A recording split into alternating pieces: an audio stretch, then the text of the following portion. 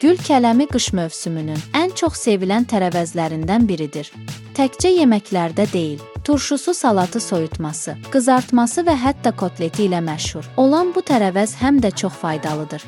Dəyərli izləyicilər, videoların analitikasına baxanda çox az adamın abunə olduğunu görürəm. Bizə dəstək olmaq üçün videoya abunə olub bildirimləri açmağı unutmayın.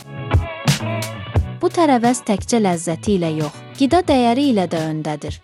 100 qramında cəmi 27 kalori, 5 qram karbohidrat və digər tərəvəzlərlə müqayisədə 2,7 qram daha çox protein var. Tərkibində AB qrupu, K-C vitaminləri, fosfor, fol turşusu, kalsium, maqnezium, dəmir və omega-3 yağ turşuları ilə zənginliyi gül kələmini güclü təbii antioksidant edir.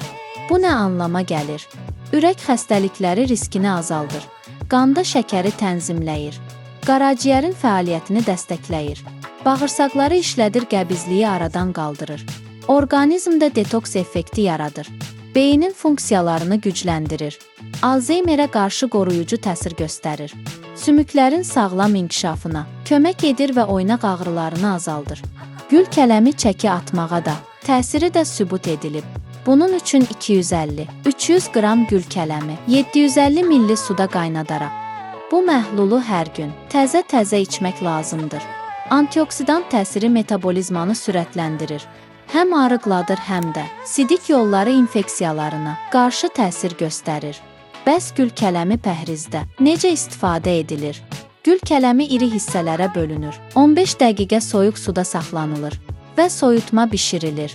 Üzərinə sarımsaq qatıq əlavə edib, əsas yeməkdən əvvəl bir boşqab yeyilməlidir. Bu həm doyumluluq yaradır, həm də gün ərzində daha az yeməyə səbəb olur. Ayda bir neçə dəfə tətbiq edənlər çəki artımının qarşısını alır. Gül kələmini istifadə etməzdən öncə nələrə diqqət etmək lazımdır?